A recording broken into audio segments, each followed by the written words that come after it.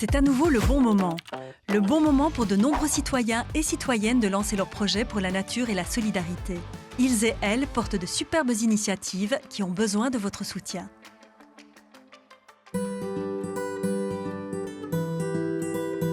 On est au sein même du domaine d'Augimont, un domaine de 360 hectares, sur une ancienne pessière qui a été mise à blanc en 2019 suite aux dégâts des scolytes.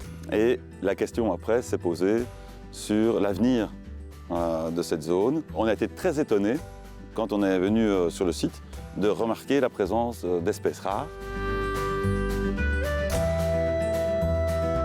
Notamment la bécassine des marais et la bécassine sourde, qui sont deux espèces d'oiseaux qui ne se portent pas spécialement bien en Europe et qui bénéficient ici d'un milieu avec pas mal de refuges à cause de la hauteur de la végétation, des calunes, mais aussi des molinies qui sont ces hautes plantes graminées qui colonisent aussi le milieu. De manière plus générale, le bois de Gèves qui entoure ici la réserve naturelle accueille des espèces emblématiques comme la cigogne noire, le chat sauvage, le grand corbeau. Depuis quelques jours, on entend le pipite des arbres, le coucou gris qui viennent s'installer dans ces milieux pour une saison avant de repartir en migration.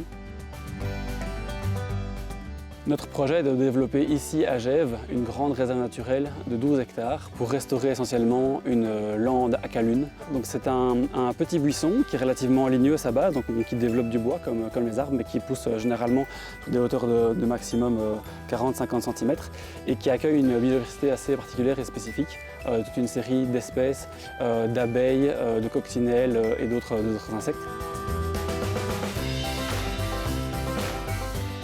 Les fonds vont essentiellement servir au démarrage de la réserve naturelle. Ça demande une assez forte mobilisation en termes de ressources humaines. On a à Chardonnay-Négôme une équipe d'ouvriers qui œuvrent sur le terrain toute l'année à la gestion des réserves naturelles. Ça consiste essentiellement en du débroussaillage mécanique, de petits abattages, parfois d'arbres là où ils ne sont pas spécialement favorables à la biodiversité. Mais également aussi, ils ont une expertise en matière de pâturage. On souhaite pouvoir faire pâturer du coup un éleveur local avec des Highlands qui ont une faible pression sur le milieu et qui sont habitués à circuler en milieu humide et qui vont brouter de manière disparate et qui vont favoriser le maintien de ces milieux ouverts. On a acquis ce domaine en 1978, surtout pour les étudiants, pour en faire une zone de recherche appliquée, une zone didactique, justement pour leur permettre de pouvoir s'impliquer en tant qu'acteurs dans un projet tel que celui-ci, des projets qui seront peut-être amenés à mener plus tard. Mais notre spécificité associative est aussi de mettre en lien les acteurs locaux. Et donc la commune de Gèves a déjà démontré la présence d'un réseau assez fort de naturalistes locaux qui sont très motivés de venir observer ces milieux qui se restaurent et qui accueillent une biodiversité en général assez rare. Donc les premiers fonds iront pour la gestion de la réserve naturelle et son lancement, mais on aimerait bien, comme on l'a dit, faire vivre cette réserve naturelle avec le public avoisinant.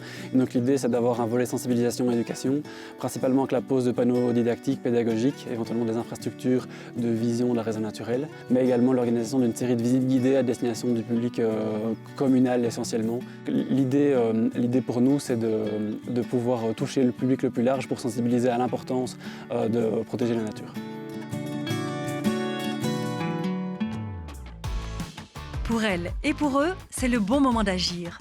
Et pour vous, c'est le bon moment de les soutenir. Faites un don sur www.lebonmoment.org. Une coproduction de Biplanète et des médias de proximité.